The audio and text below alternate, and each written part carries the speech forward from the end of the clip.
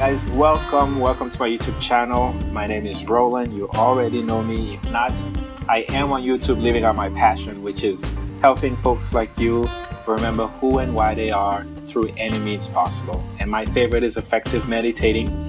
I have also written a book called Who and Why You Are, which is now available on Amazon. There's going to be a link below that you can click to purchase and read. And one other avenue that I think would be really interesting to help folks remember who and why they are is through conversations with folks who have similar views like I do, even folks who have differing views like I do. I would like to bring them on the show and talk with them. And the whole point of this is, like I said, trying to help you remember who and why you are, which I believe is we are this infinitely creative beings having a temporary illusionary experience here on earth designed to teach us how to be infinitely creative and to remember that we really are all the same thing. We really are all one and connected, and we all come from the same source, and this source has an infinite ceaseless desire to learn more about itself and to experience emotions. And that's all we're providing with our different beliefs and ideas, creations and expressions. And this is no more true than for my very first guest, Spencer Njoya, an amazing friend of mine. I've known him for over 20 years. We went to we went to boarding school in Cameroon in Sacred Heart College in Ancon in Canada. And we kind of lost touch and then reconnected earlier this year, and I was very interested to learn that he'd been meditating as well way back in Cameroon, which, as you'll find out, is kind of unheard of, at least from my experience. And right now he has a blog, My Kaizen Life. There's going to be a link at the bottom that you can definitely click and read about what he's doing and how he's helping motivate people, and he'll tell you more about that personally. But I'm really honored, honestly, super honored to have Spencer Njoya as our first guest. So welcome, Spencer. How are you? Hey, Roland. Okay, man. First of all, again, like I said earlier, congratulations on the book. I love that you are reaching out to people and that you are ready to have this conversation. Some of them are going to be easy, some of them are going to be very difficult, but I'm glad to have connected with you again and for you to invite me on your platform for us to just discuss, like just share our experiences through this journey of life. So I'm really stoked to get this conversation going for the next hour or so. Oh, no, thank you so much. Truly, the honor is mine. I mean, it's my opportunity to give folks really a platform, a beginning introductory platform to express their ideas and their uniqueness, and to show that uniqueness is the value that each and every single one of us provides to what I call consciousness. But this isn't about me. I don't know if the introduction was good enough, if there's something else you want to add. Where are you currently? So I'm currently based in Dubai. I've been here for about this is my 6th year. And so let me take you back to Cameroon, because, we move around a lot. So after Sacred Heart, I went to City Valley for 3 years, and then uni in Boya, another 3 years. And then I first left Cameroon when I was 22, straight to India, which is like the crucible of like spirituality, and it was there that my experiences became very intense, like living in a society that was deeply spiritual and then highly controversial at the same time, and then also being away from my culture, like I experienced cultural shocks for like a full year that I was there, but then it was something that I was also resisting a lot, saying that no, this is not how things are done, this is supposed to be this way. So I was just judging their culture from my own cultural standpoint, and it was a difficult time. But as you know, with life, there comes a time when you just have to succumb, let things happen. And I just threw myself in the entire experience, and I had, I think, the best 3 years of my life after that, living, working there, interacting with so many great people who are arguably the closest people to me right now, the people, other expats that I met in India, among some other Indian friends, so they became part of my core group, and I'm still in touch with them till today. So that was India for about 5 years, and then moved to Singapore for about a year. And then while I was in Singapore, there was also a small pit stop in the Philippines for about 6 or 7 months. And then from there, I came to Dubai, and came here, looked at it, felt nice, and I was like, okay, I want to build up from here.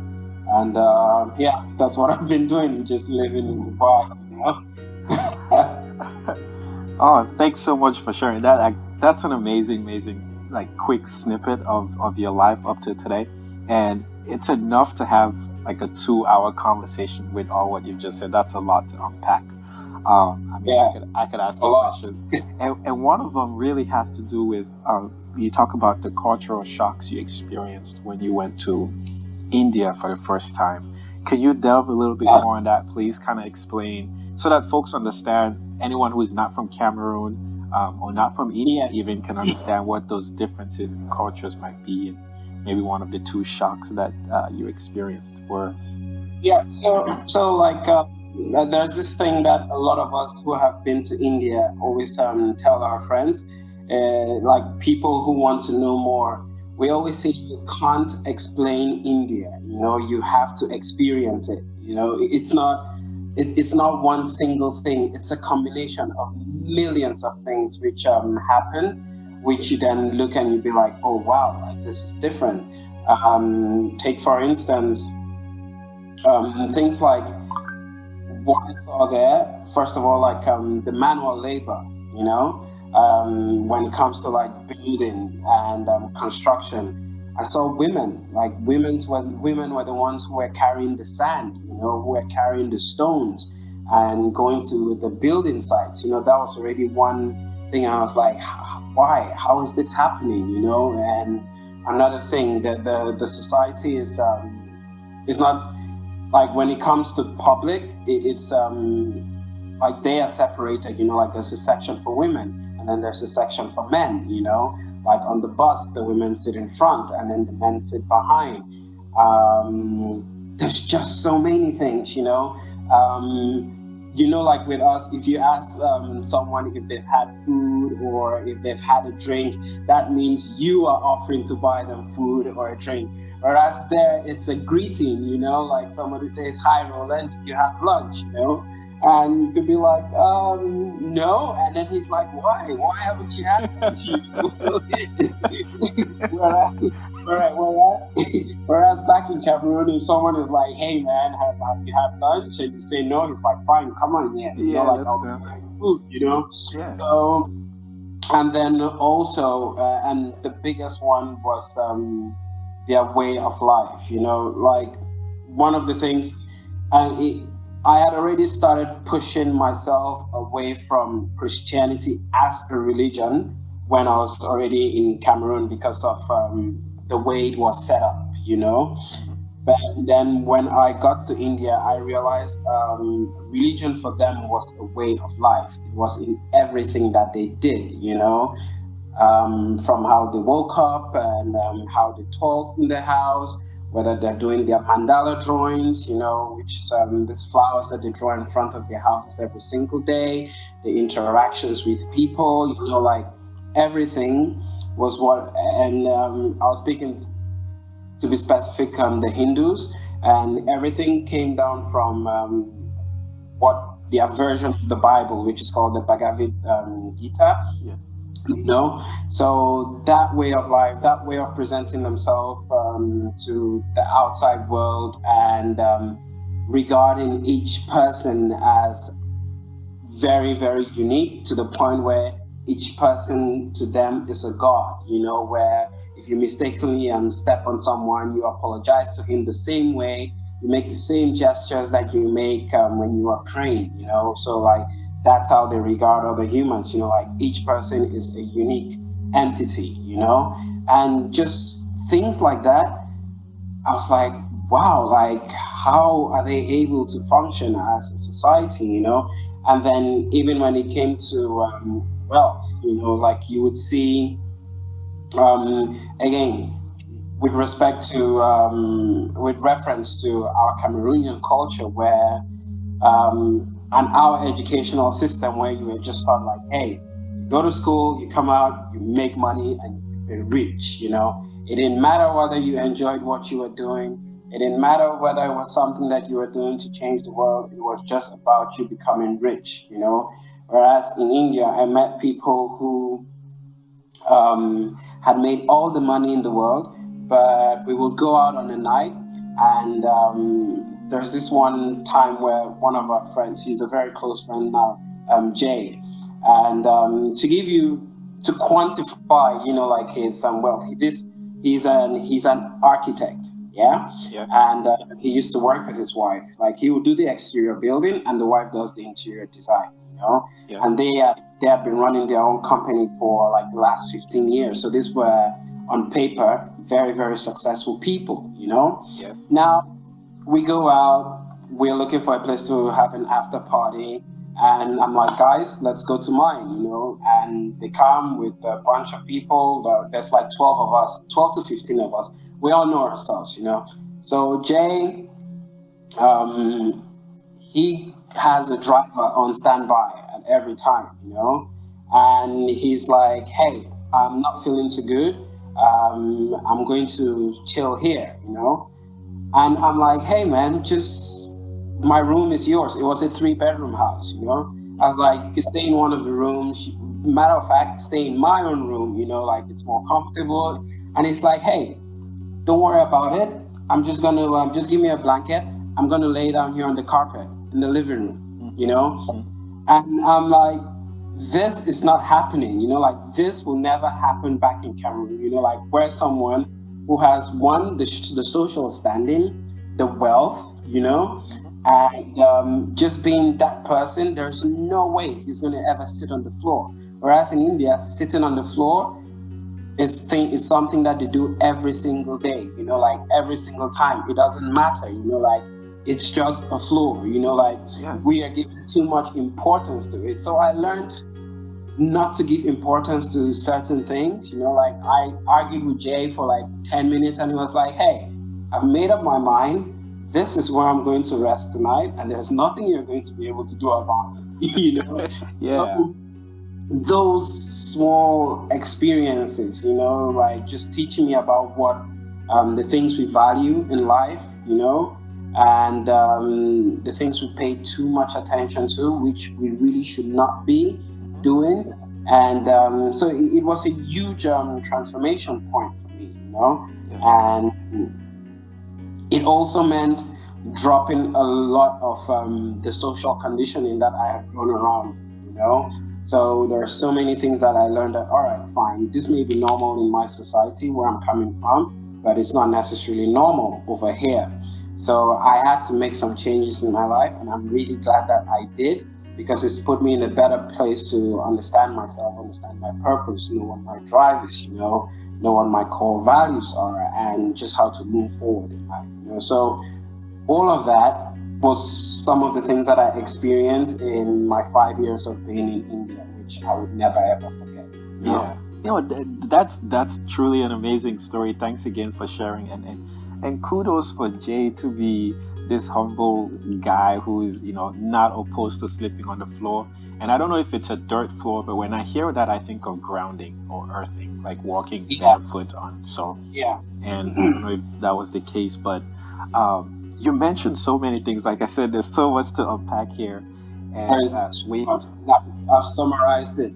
Yeah. And thankfully, we've agreed to have 24 interviews throughout the life of this show. So, but there's something you mentioned, and you mentioned that most of the Indian religious folks you were around were practicing Hindu. Did you come Mhm. across any other Indians who practice different religions? And also, where Yeah. in India was this? All right. So I was in Bangalore, which at the time was the tech capital of the world, Okay. because they had IT solutions to almost everything, and all the multinational companies were setting up branches there. So I was lucky to get a gig with Apple. That was my first job ever, Wow. and thankfully, it's a huge plus on my CV. But I left the job at some point because, again, like at certain times, certain things that your values, there's like there's conflict, yeah, and then you have to choose which side you want to go. But yeah, so I was in Bangalore, and an amazing place, and it was like maybe there was just two main religions there that you could easily tell, and it was Hindus and Muslims. Okay. Mhm. But the time I spent in India, I came across so many other people. Like I came across Buddhists, and I came across people who were sannyasins. I don't know if you've heard of Osho. No, actually, I have to research them. Yeah, Osho was a very controversial guru. There's actually a full Netflix documentary with actual videos from his time. It's called Wild Wild Country. I have seen it. I know who he ended up in Wyoming in Yeah, yes, here in the yeah, United States. Yes, I'm that guy. familiar with him. Thank you. Yes. Yeah, so he also has a huge following, and I visited the center in Pune during one of my trips there. So I came across sannyasins, Hindus, Buddhists. There were other people. There were also atheists there as well. Of course. And it was just like the full Christians as well. A lot of Christians. Because I come from a Christian background, and I obviously first of all interacted with many more Christians there than any other religions. Yeah. And yeah, so we had the full spectrum. Yeah, but Oh, it was just the way they functioned as a society, and the things that they did every single day to just improve their lives. indeed. And yeah. Yeah, so that's great. And one of the things that have always fascinated me personally, ever since I was 8 years old, this fascination about religions of the world has always been a part of my life, and that's really what a lot of my work it revolves around. But there's something you said earlier that I thought was really interesting, and you said that you learned or you found out in India, folks revere religion as a way of life. It's not a separate, 1 hour or 1.5 hour event, maybe Yeah. once or two times a week. Can speaking of everything being sort of religious or spiritual, even revering folks as divine entities or expressions of this entity, can Yeah. you speak a little bit more into that and how that might have been different from your experience growing up in Cameroon? So, like in Cameroon, we treat life at home or with our friends as something completely different from religion. Be it like in Cameroon, we have predominantly Muslims and Christians. At maybe a 50-50 spread. Yeah. But from the Christian background, which is like where a lot of us came from, it was a one day of the week thing, which was Sunday.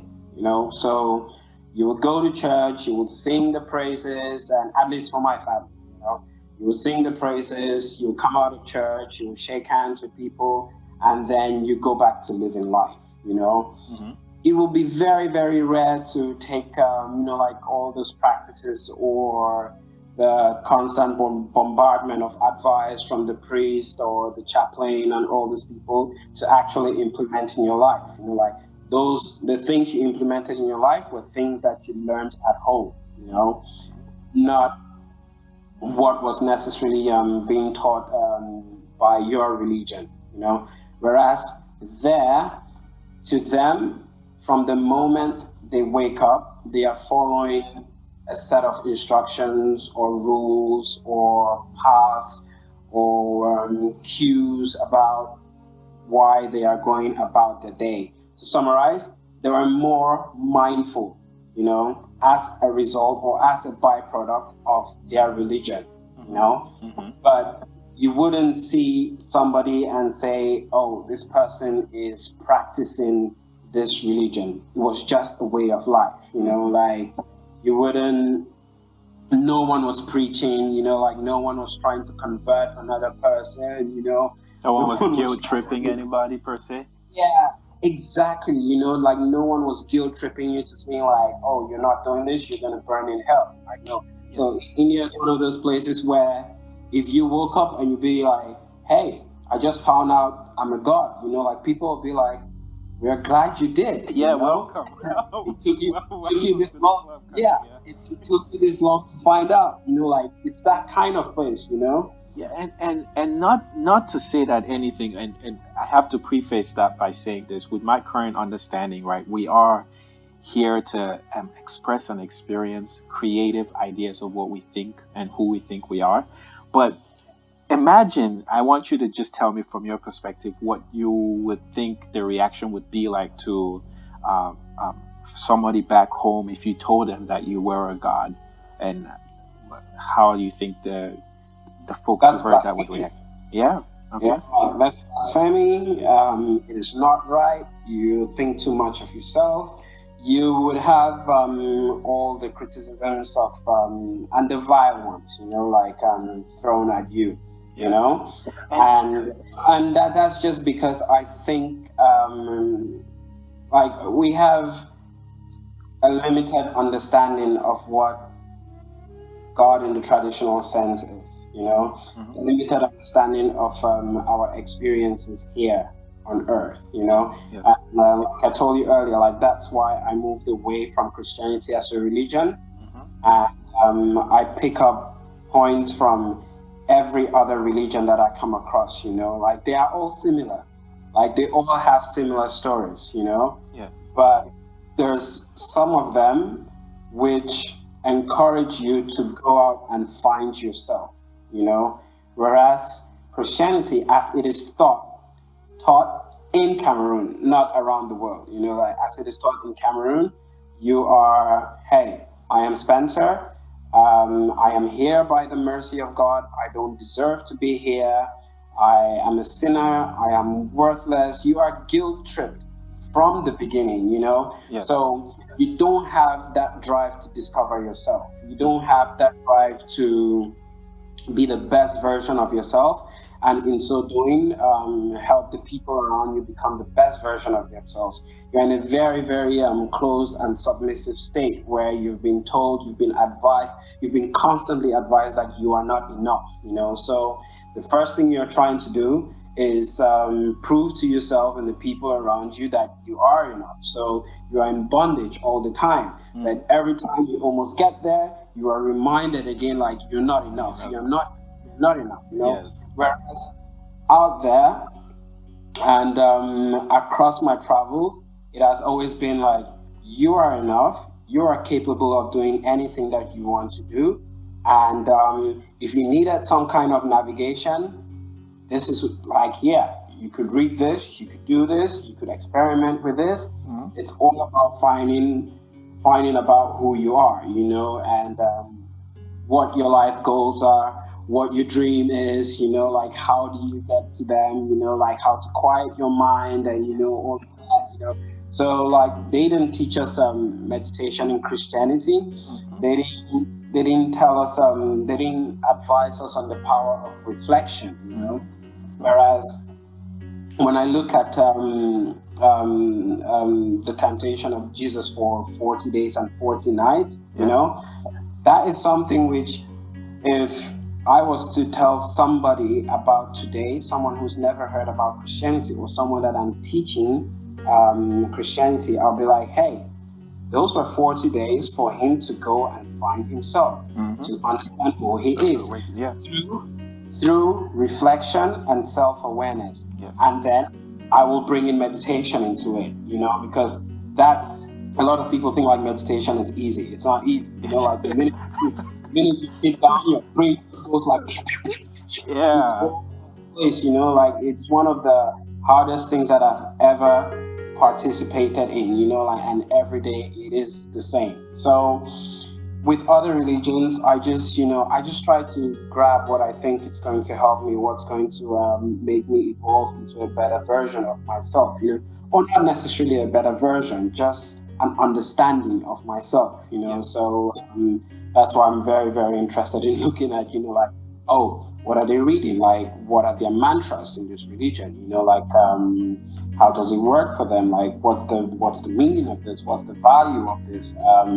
What can I pull from this and apply into my life, like to just see how, like things around me change or how things around me grow.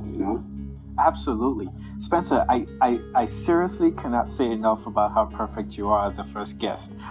You're saying so much and trying to be a gracious host. I am biting my tongue here not to interject and feel as though I'm influencing your answers, and this is super awesome.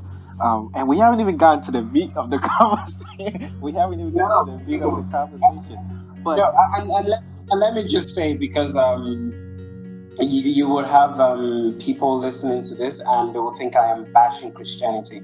I'm not bashing Christianity, absolutely not. I'm, Yes, I'm talking about my personal experiences growing up yes. in a Christian home, going to a Christian school, and the experiences that I gathered from there, Mhm. which I think would have been improved if more material, if other things were, like, have been put at our disposal. Yeah. Exactly. Like incorporated into that teaching and upbringing. Yeah. And I wholeheartedly agree with that statement. And partly because with me personally, after my awakening, the entire Earth Mhm. life experience came into a point of very, very, very simple understanding of what we're doing here.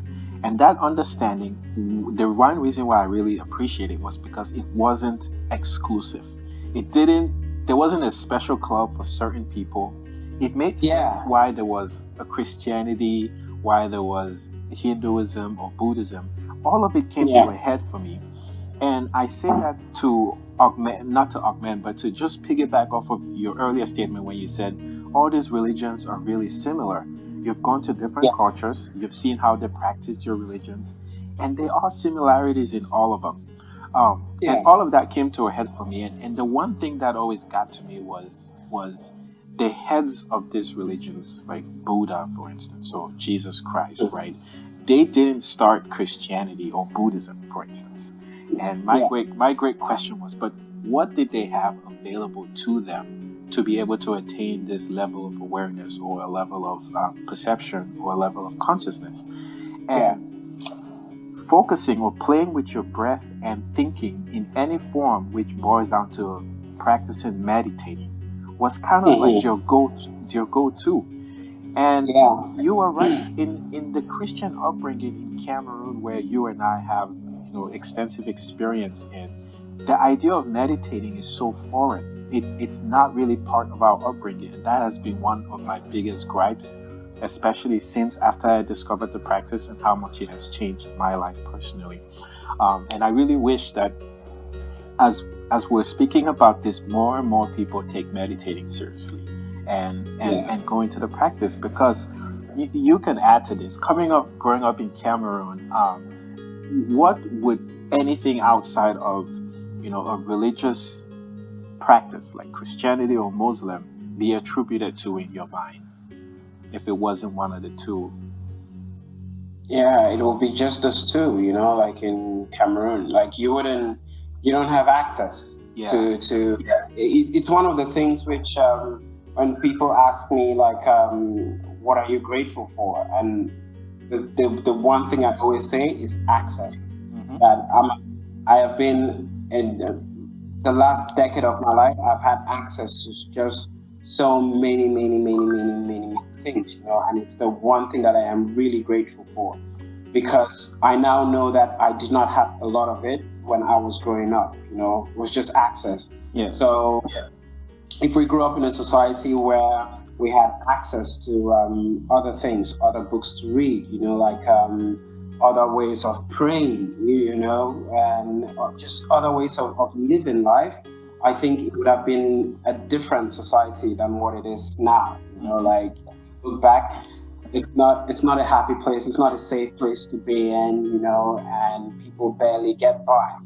But I believe it's going to change, Absolutely. Especially with conversations like this. It will. Yeah, so like people are getting more access now. You have a lot of motivational speakers who are reaching out to people, who would have not, it would have been impossible at our time, because at our time, like, the internet had just been born, and it hadn't even reached Africa yet, so that access wasn't there.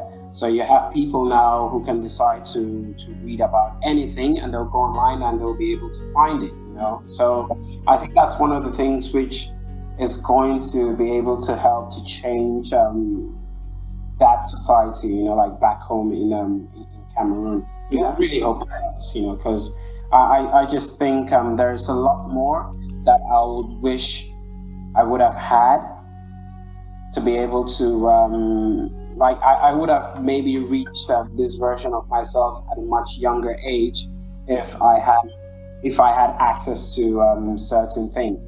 But again, I still believe that, everything happens for a reason and everything happens on its own time. But it would help if I could put this information there for someone who is in a place where they want to get it and they get it. Indeed. And man, every time you say something and I want to say something afterwards, you just say it. But that's one of the reasons why I wrote my book. Was I had been meditating for 4 years, had this spiritual awakening, which I'd like to ask you a question about that here next. But when I was done, right, I had gained this entirely new perspective of the earth life experience and all this knowledge. And the only person I had to talk to about it that I felt comfortable without sounding crazy was my wife, which is also another reason why I'm really grateful to be able to talk to to you today, honestly. Because when I talk to so many crazy people, they're like, Roland, you're nuts. What are you talking about? But I understand that we are really all on our paths to get to this information, and everybody is fully capable because it's readily available if you're serious about getting. You just have to tap into it, Indeed, and you can, which is why I mean, you can tap into this through any religion or through any practice, even your job, anything that you're passionate about. If you really focus on it, you're going to attain the same level of consciousness and then build on it. But Spencer, speaking of meditating, I was very, very surprised, and I was at work when you sent me your text message saying you started meditating back in boarding school in Sacred Heart, or even before. And I was floored, right? My mouth was open and like spit was drawn, was basically coming out of my mouth, and I just couldn't believe it. But quickly I believed. I was like, okay, well, he started meditating. And can you tell me how you learned about meditating so early on back in Cameroon and was even comfortable enough to practice it in boarding school? And how your classmates, because you were ahead of me in school, how your classmates sort of reacted to that? Yeah. So, like, for me, a lot of people don't know it, like, especially when they see me now. A few of my classmates do. Like, I was a very angry kid when I was growing up. And that was you can't grow up in Cameroon and not be angry. So. but mine in particular was because if you notice, I was always the smallest in class, by size, Yeah.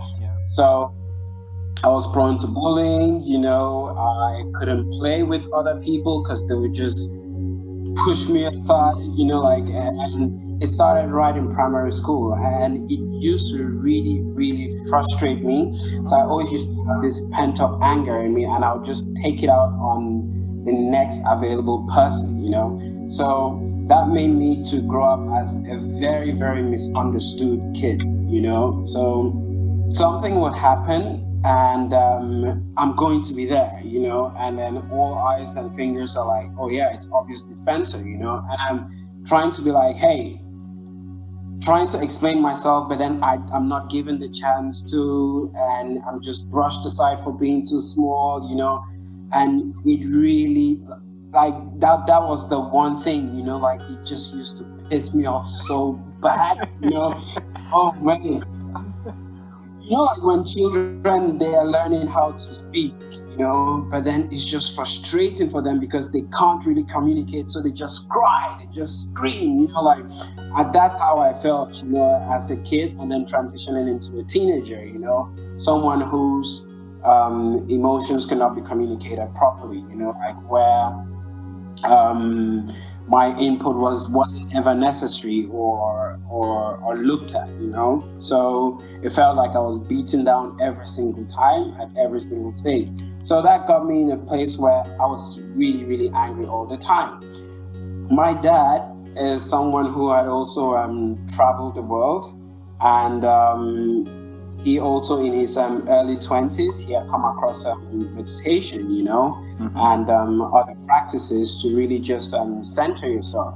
So it was through him, he started giving me books on, so like when everyone else would be playing football outside, I'll be reading a storybook, So I think I read Narnia when I was like 7 or 8 years old. The Chronicles of Narnia?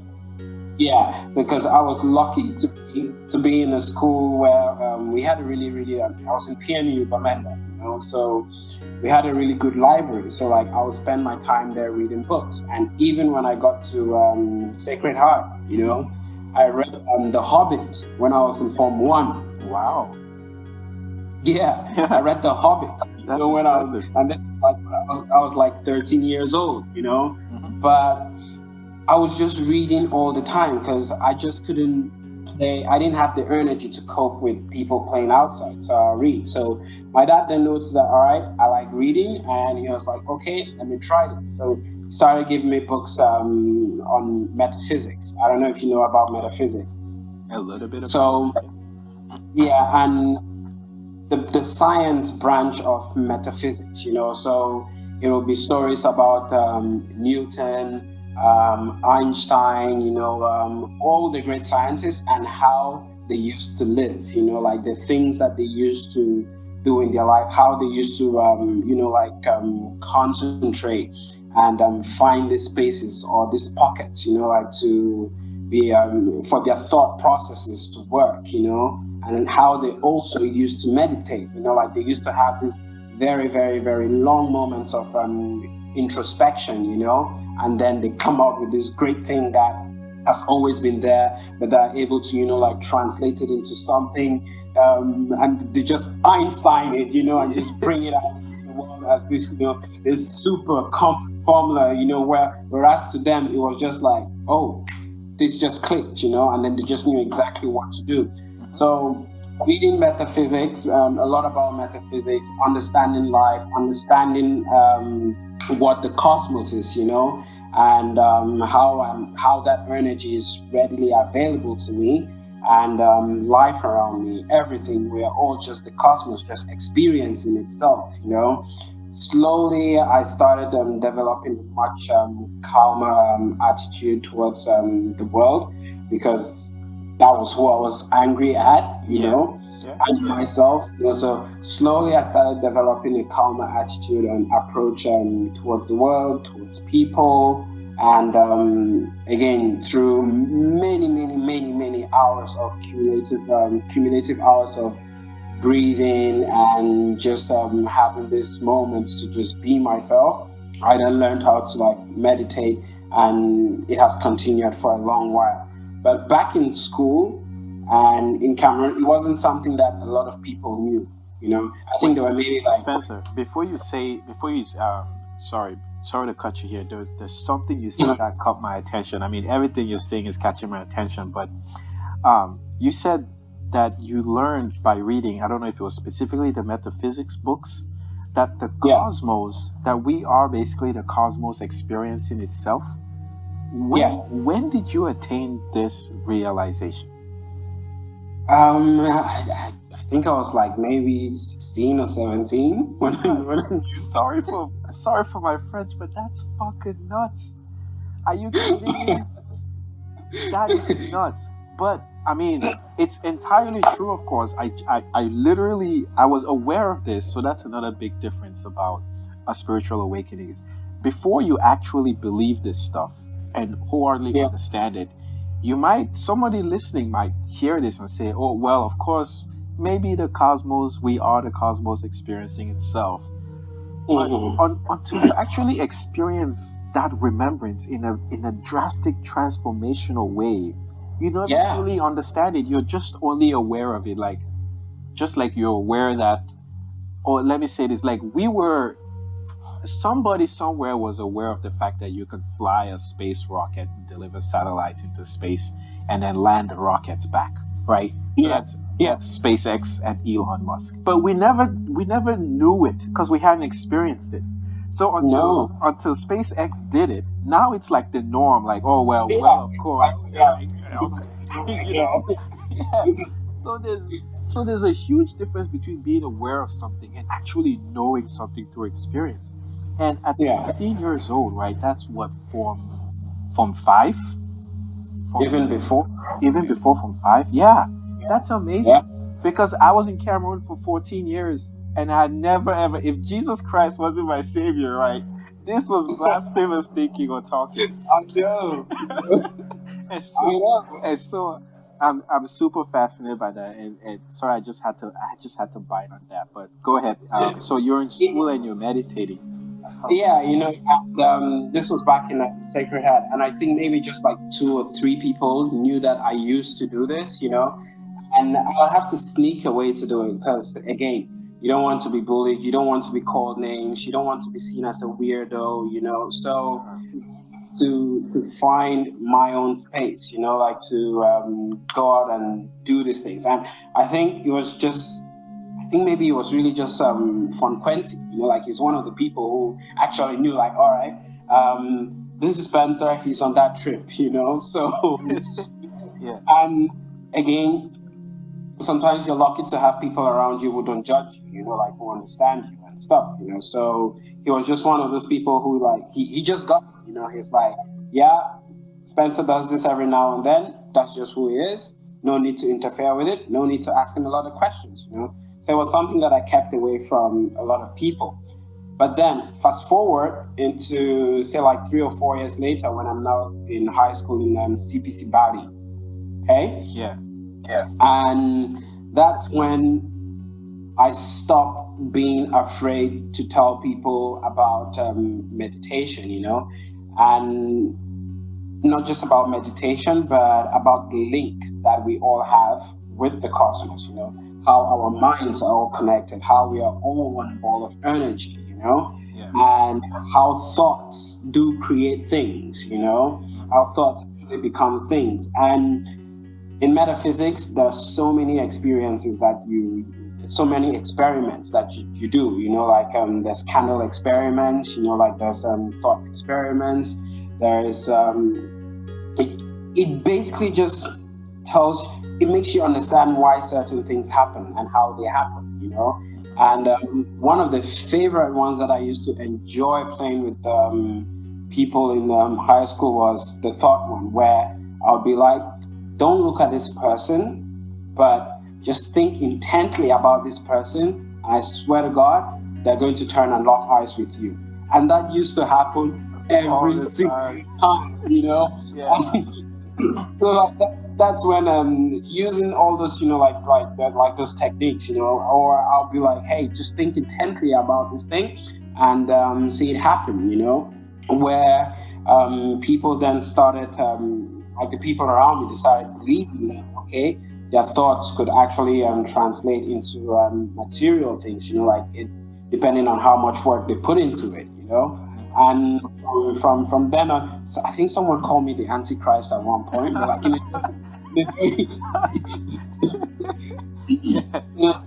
a joking way, And yeah, so like it was in high school that I was like, you know what, screw this. This is the path that I'm going to follow. It's a pretty awesome place to be in, and I just carried on with it, and slowly, like even right up till now, like there's certain times when, like every year I try to go on at least one hiking trip, where for like 2 or 3 weeks where I'm just on my own and I'm going high up in the mountains, And if I have a guide, if I'm doing it in Asia, I go with a Buddhist guide, and I learn more about Buddhism and all of those things, And sometimes my Instagram feed is so funny.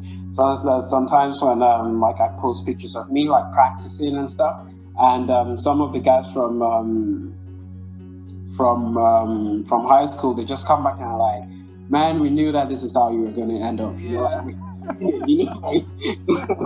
Oh, wow. We are coming.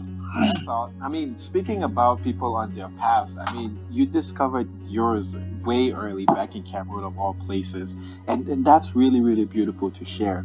And with me personally, every time I meditate, I have some of the most amazing experiences. And one of the reasons why I even kept at the practice was twofold. First of all, it was very healing.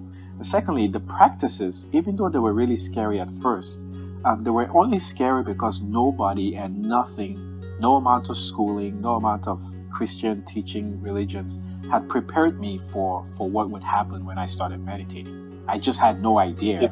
But it was also very intriguing in that I didn't experience a plateau effect. That is to say, every time I meditated, something would happen that would want me to go deeper. Okay, what's the, unlike when you say you're hungry for something, you might eat chicken 3 times a week, and you're like, okay, I need to wait 2 weeks before I eat chicken again. Yeah.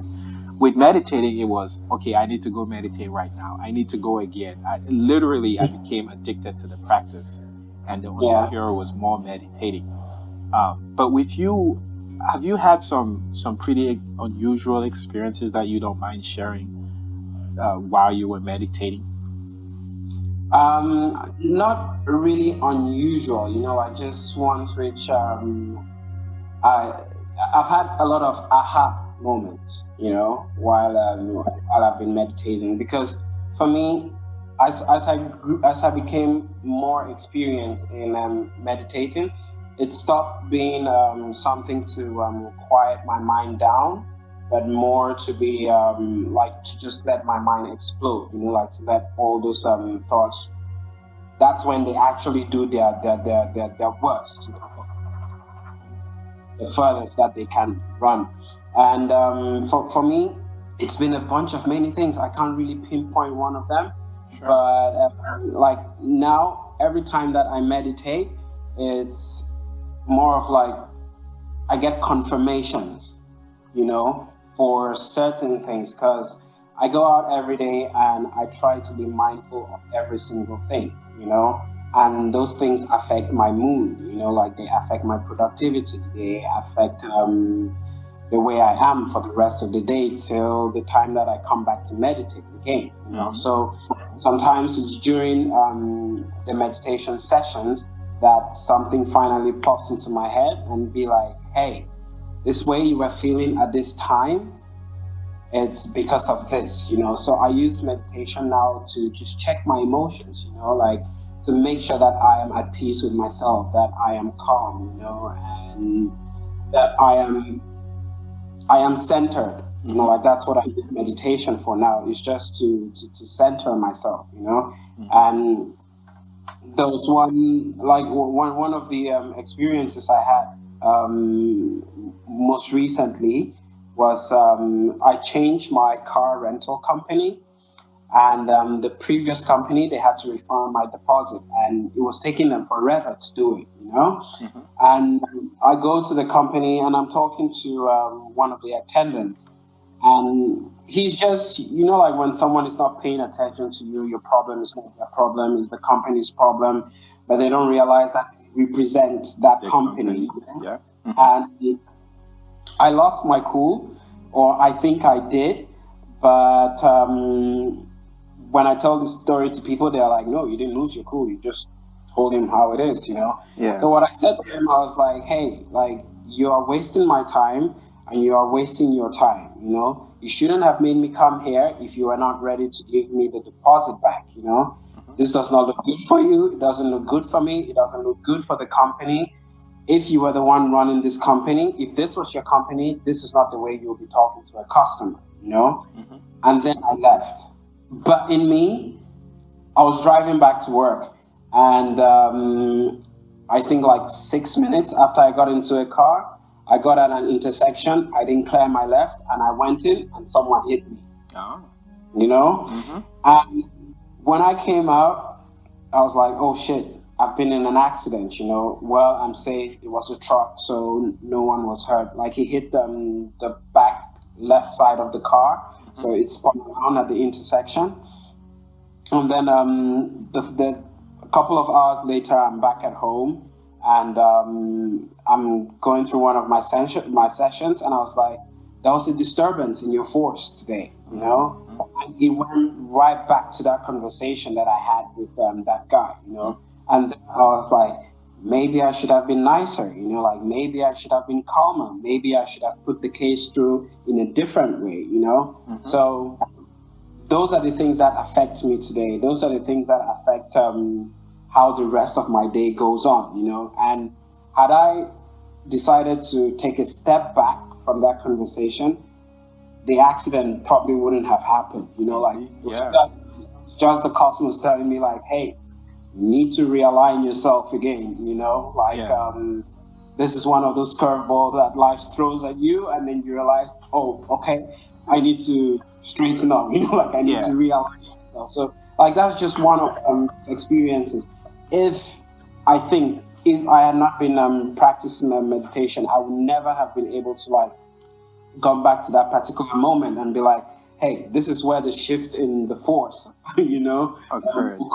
And this is what I learned from this, and this is how I want to correct it when I'm having that kind of interaction with another person tomorrow, or in the future. That is a beautiful story. Thanks for sharing, Spencer. And I also wanted to say this. Thank you for being vulnerable and sharing some of your pain points. You talked about growing up and being the smallest person in your classes and everything, and that was a sore subject for you. And we all have that. Mine was wetting the bed. I wet the bed until I was 14. I used to wet the bed too. So on back, So. Yeah. And mine was bad. I remember in Form 1, the dormitory captain, my bed was right next to his room. He was so mad at me wetting the bed all the time. We went to class, came back for lunch break, and they had put my bed outside on the porch. And another classmate, and they were like, "You guys are gonna sleep here." And you can imagine, as a Form 1 kid in Cameroon, whose ideas of jujus and the devil and going outside at night to feed, and mine was right at the porch. I mean, you opened the door and we're right there. I was like, this is. Eventually, they moved our beds. We ended up spending no nights on the porch. But that very night, I remember very well. I did not wet the bed. 2 days later, I was back to my usual self. You're just turned on. You're internal, your organs and everything that just shut themselves, Yeah, like I'm not pissing in bed today. Yeah. But one thing you've mentioned, and I'd like to ask you more about meditating, I just wanted to highlight this, is one of the beautiful things about meditating, in my opinion, besides the infinite benefits that they provide, is it helps you understand everything, particularly and especially yourself, better. To the point where you can pinpoint where, like you said, there was a shift or misalignment in your energetic or force field. I like that you use the force, like Star Wars, right? Which they're all talking about the same thing.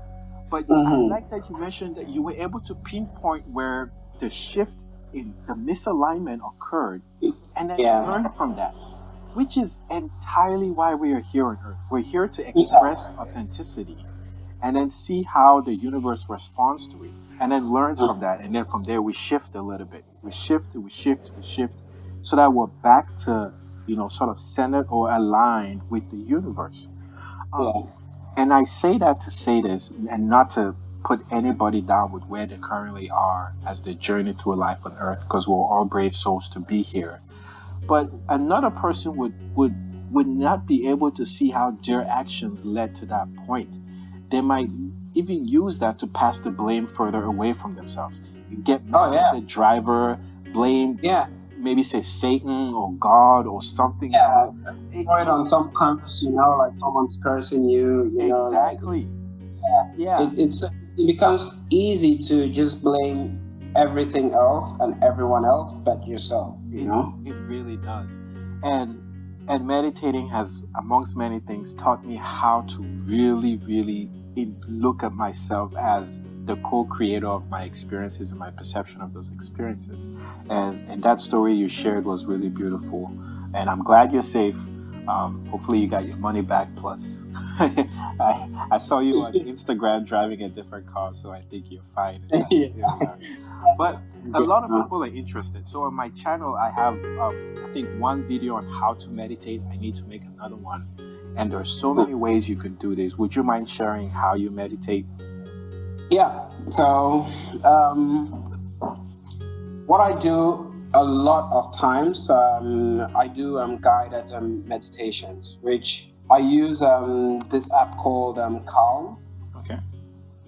Yeah, so they have really good meditation sessions there, and you could take classes, you could take, you can meditate according to your level. There's 5 minutes ones, there's 10 minutes, there's 30 minutes.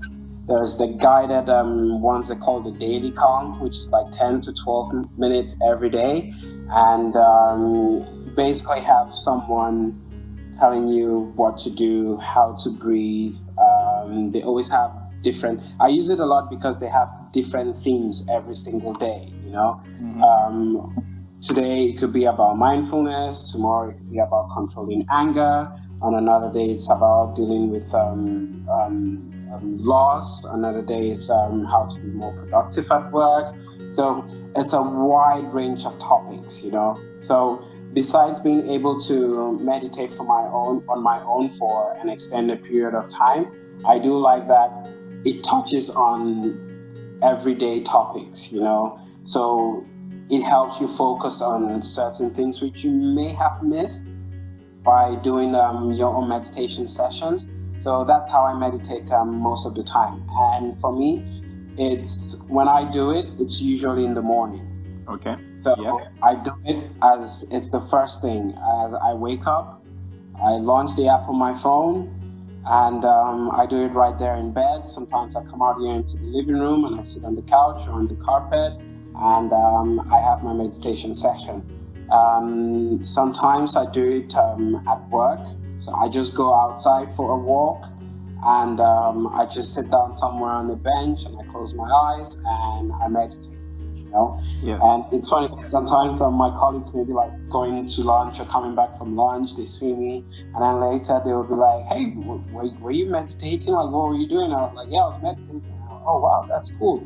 I love to try that someday. I was like, "Why haven't you? Just do it." It's really because I work in the banking in banking and financial industry. It's a fast-paced environment. People's heads are always moving too fast, and every time they see me do it, they see the need to do it as well, because it's the one thing that they are sure will give them a calmer day, but just they're not able to. This is not there, Yeah. Story of my life, my friend. Story of my life. I work in healthcare. Most people might not know this, especially if you're watching this new. I am a pharmacy director. I'm the director of pharmacy at a hospital. I oversee hospital, retail pharmacy, cancer care center, etc. And I've spoken to multiple folks throughout the hospital who are also super interested in meditating, right? They would, and it's kind of like one of those things where I don't know if they're just saying it because it sounds like a fad. Everyone's talking about meditating now, right? But they're like, "Roland, let's meditate together." I always say, "Yes, let's do it." And I'll put out information kind of low-key about, "Hey, I'm going to hold a meditation class tonight. Can you come?" Nobody comes. I've had I talked about it in one of the video where I talked about breathing effectively. I had a meditation class and only one person showed up. And then every week, at least one person comes and says they want to learn how to meditate. And I say, if you're serious about it, let's do it. But again, It doesn't, yeah. No one does. And I'm going to take this But opportunity to plug, sorry to cut you again. If you yeah, are interested in meditating, visit my website, rolandachenjang.com. There's going to be a link below this conversation. And join the mailing list, and you get this awesome free guide that I created to help you discern if meditating is right for you and how to make the practice enjoyable for yourself, to personalize it, and begin to experience the benefits. I mean, it's something you have to really be dedicated to doing. You cannot half-ass it. If right. not, you're just going to end up being frustrated. And everyone can do it. It's not easy, but keep at it. Thank you so far for listening. I hope you're finding value in my conversation with Spencer. We are going to take a break here and continue in another video, the second part of our conversation. I hope you listen to it. In the meantime, feel free to connect with either one of us. Spencer is on Instagram at MyKaizenLife.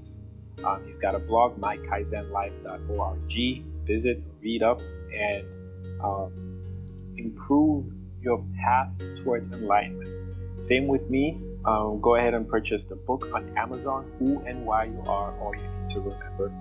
And also begin an effective meditating practice. Seriously. Sign up, join my mailing list, and you get the guide for free.